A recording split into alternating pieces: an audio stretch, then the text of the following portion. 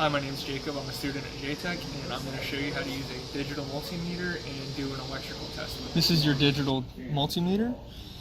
You can use it to measure voltage, ohmage, and amperage. To measure voltage, you're going to want to turn it to the volt setting and turn on the light. You don't have to, but it helps. And then you can switch between a automatic range or a manual range. To do that, press this button. You're in manual range, then if you hold it down, it'll take you back to an automatic range. It also measures in DC and AC, and the switch between those is this button here. Alright. Your leads are going to be right here and right here. To measure the resistance of something, you're going to want to change it to the ohm meter. Once you have it on the ohm meter, you want to make sure that your digital multimeter is calibrated, and to do that, you're going to touch the leads together.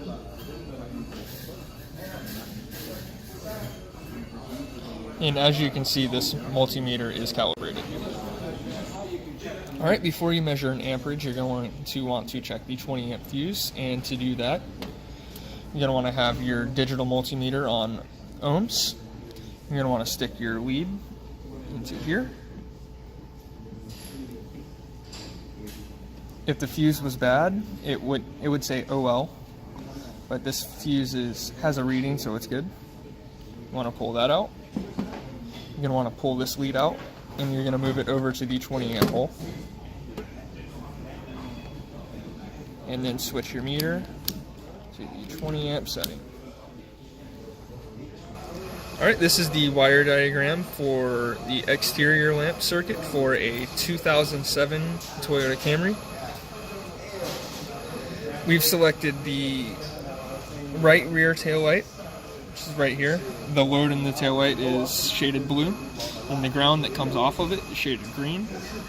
Then everything that powers it is going to be pink. Then up here is the relay, which acts as a switch whenever the switch is turned on. The load inside the relay is blue, then the ground for the relay is green. The first test we're going to do is a pressure test. You're going to want to do your black lead on a ground. You don't have to have an alligator clip to do this, but it helps. And after that, you're going to want to grab your bulb, take your red lead into the brown wire. Then the voltage should be battery voltage. Alright, the next test we're going to do is a voltage drop test. You're going to want to keep your meter still on the volt setting. So you're going to take your bulb, take this lead, go into the power, which in our case is the brown wire. Then you're going to take this lead, go into the ground, which in our case is the white and black wire. Make sure your leads don't touch because it will blow the fuse.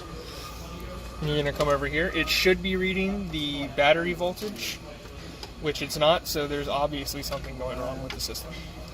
Next thing we're going to test for is the resistance of the filaments in the bulb. So we're going to switch the digital multimeter over to the ohm meter. We're going to take one lead, connect it over here. The other lead connected on the other side of the outer filament.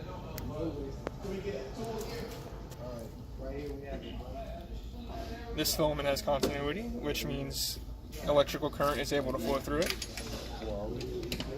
So then you're going to check the inner filament. You don't have to use alligator clips for this, but it helps. And as you can see, this filament also has continuity. Alright, the next test we're going to do is a amperage test.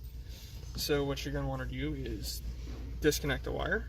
You're going to want to switch your digital multimeter over to the 20 amp setting, which it is. Then switch your positive lead over to the 20 amp.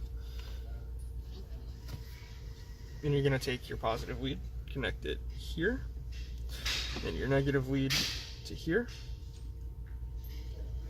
and it will read the amperage going to this single bulb.